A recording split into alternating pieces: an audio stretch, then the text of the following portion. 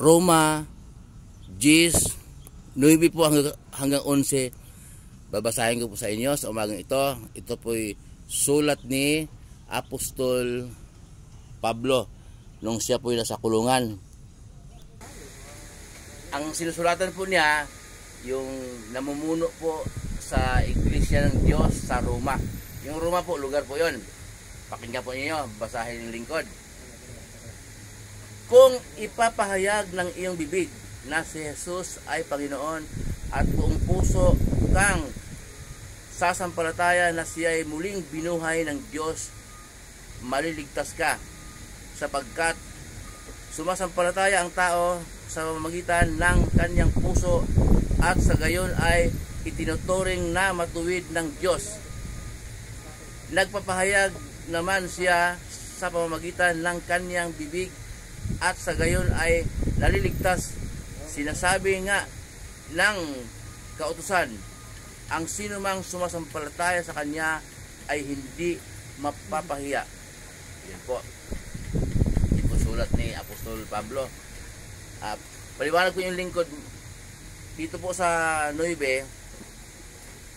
Kung ipapahayag ng iyong bibig na si Jesus ay Panginoon at buong puso kang sasampalataya na siya ay muling binuhay ng Diyos, maliligtas ka.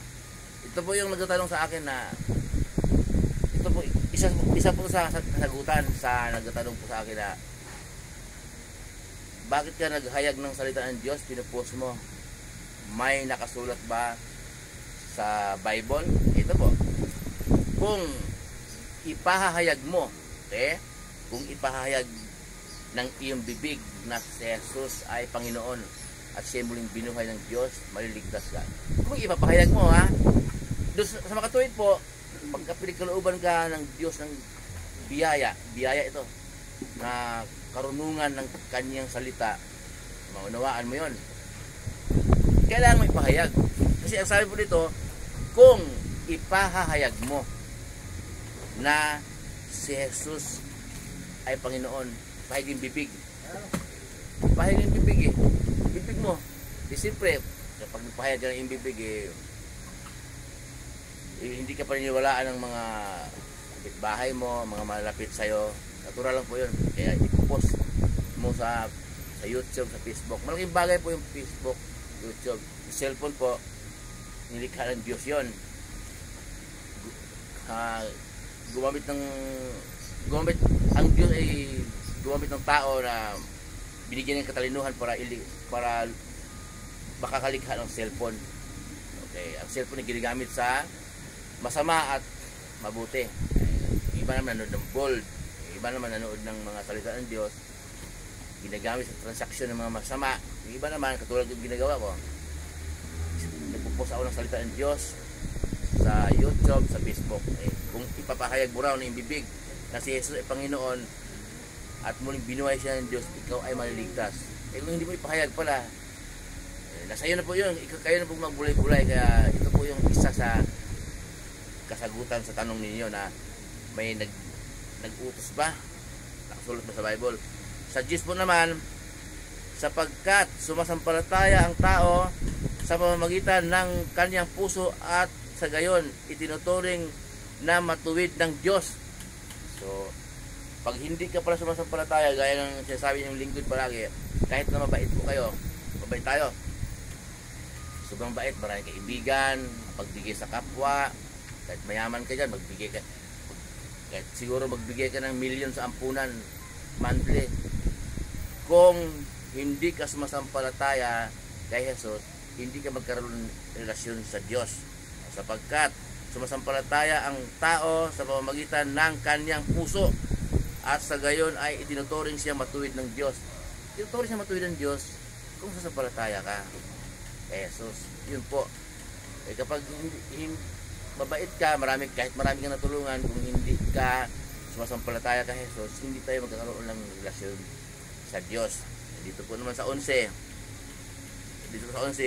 sinasabi naman ng kasulatan, ang sino mang sumasampalataya sa Kanya ay hindi mapahiya. Si Jesus po yung tinutukoy doon na kailangan sasampalataya tayo. Kapag Kung sino mas masampalataya kay Jesus ay hindi mapahiya. Pero kadalasan sa masampalataya kay Jesus pinapahiya pag nakatalikod ka. Nasaan na yung Bible? Nasaan na yung biblical? Nasaan na si banal? Mayroon nga minsan napuntahan ko po nasaan na si Buloy? At tawag na kung ano ang tinatawag sa akin pag nakatalikod. Okay lang po yun kasi nga ang Diyos ng daigdig dito Satanas kasi po tayong lahat makasalanan. Kaya magkukontrahan po talaga yun. Kung susunod ka sa turo ni Jesus, magkakontrahan po yun. Marami kang magkakontrahan. Natural po, normal. Kaya huwag kang matakot po. Sa Diyos tayo matakot. Pero pag sumasampalataya ka kay Jesus, hindi mapapahiya. Hindi man ngayon sige, pagdating po ng paghuhukom, doon natin masusukat. Hindi po ngayon. Kaya tuloy lang po tayo kung pinagkalooban din ng Diyos ng kaunawaan. Ipaliwanag po natin gaya ng sinasabi ng lingkod, gaya ng binabasa ng iyong lingkod na kung ipapahayag ng iyong bibig. Siyempre, pag ipapahayag yung bibig, maririnig talaga ng tao. Hindi papahayag. Pero may kapahayag ba na ng bibig na hindi narinig? Kaya nagpo-post po ako sa Facebook, sa YouTube ng Salita ng Diyos. Yun po, nakasulat sa Bible. Kung pinagkalooban ka niya ng kaunawaan. Kasi kung hindi ka pinagkalooban ng kaunawaan, magpo-post ka ng Salita ng Diyos. Minsan naman, kung hindi galing sa Bible, sarili mo lang, maraming magkukumen na maraming matalino rin, maraming marunong magkukumen na mali yung sinasabi mo. At hindi ka talaga magtagumpay kasi ang sinasabi mo, wala. Sa Bible, hindi salita ng Diyos. Ang inyong lingkod po may verse naman na binabasa. Huwag po yung basa-basa hatulan. Ang sinasabi ko na mali, yan mali. May verse na basahin po yung binabagay yung verse. Ang pagkatao ko po, pwede hatulan. Sino ba yan? Loko yan Kaya po, nasabi ko po na walang basahin mo yun ang verse na binanggit ko at pagbulay-bulayan din po ninyo. Muli po yung lingkod, si Chef Roy. Mabuhay po tayong lahat. Magpapalain po tayong lahat ng Diyos. Kasamahan kayo ng Diyos kahit saan po kayo pupunta. Sa mga trabahong pinasukan ninyo, mga negosyo, ano man pinagkakitaan sa buhay, ayon sa kalooban ng Diyos, yung parihas, walang halong pandaraya. Magpapalain po kayo ng Diyos.